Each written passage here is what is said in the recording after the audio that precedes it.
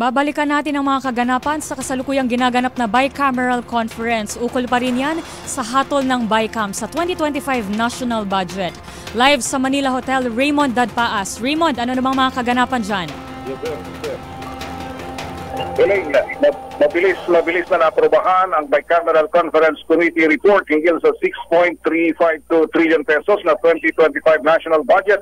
Ito ay sa ginanap na BICAM meeting ng Senate at House panel sa Manila Hotel sa pangunguna ni na Senate President Francis C. Escudero at Speaker Martin Romualdez at sina Senator Grace Poe ng Senate Committee on Finance at Congressman Elizalde Co ng House Committee on Appropriations.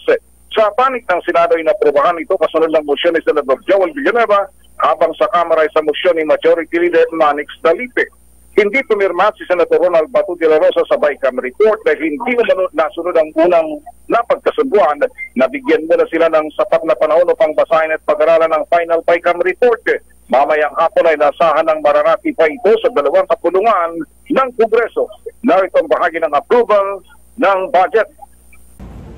Again, there's a motion to approve on the Senate that disagree votes on House Bill number 10800. Yes. Will anybody second the motion?